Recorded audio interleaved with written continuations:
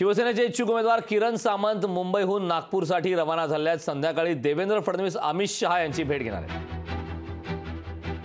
रत्नागिरी सिंधुदुर्गच्या जागेसंदर्भात या दरम्यान चर्चा केली जाणार आहे। तर किरण सामंत हे त्या ठिकाणी इच्छुक आहेत। लोकसभा जागेचा तिढा अद्यापही सुटलेला नाही।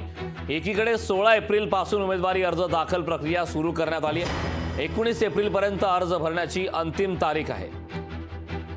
संध्याकाळी फडणवीस अमित शहांची भेट घेणार आहेत।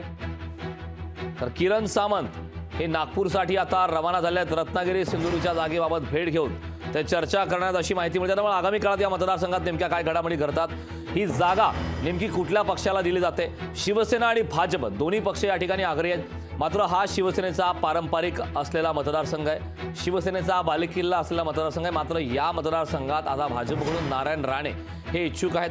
त्यामुळे ही जागा भाजपला सुटणार का अशी ही चर्चा आहे। मात्र किरण सामंत यांच्या उमेदवारीसाठी उदय सामंत हे आग्रही आहेत। याबाबतचे ताजे अपडेट देण्यासाठी आपले प्रतिनिधी राहुल वर्धे आपल्या सोबत जोडले आहेत।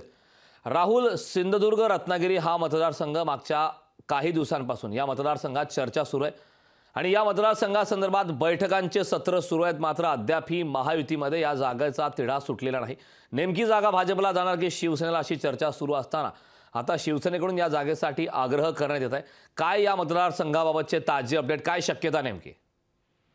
आपण पाहिलं तर रत्नागिरी सिंधुदुर्ग मतदारसंघासाठी भाजप आणि शिवसेना या जागेसाठी आग्रही आहेत। आपण पाहिलं तर भाजपकडून नारायण राणे तर शिवसेनेकडनं किरण सामंत हे या जागेसाठी आग्रही आहेत।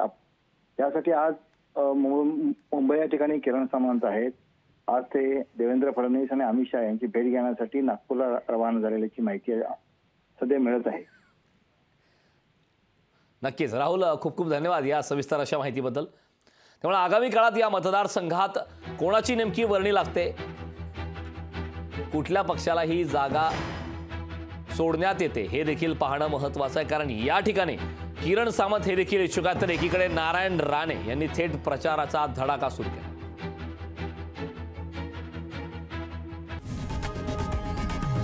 लोकशाही मराठी ऐका, पहा, जागरूक रहा।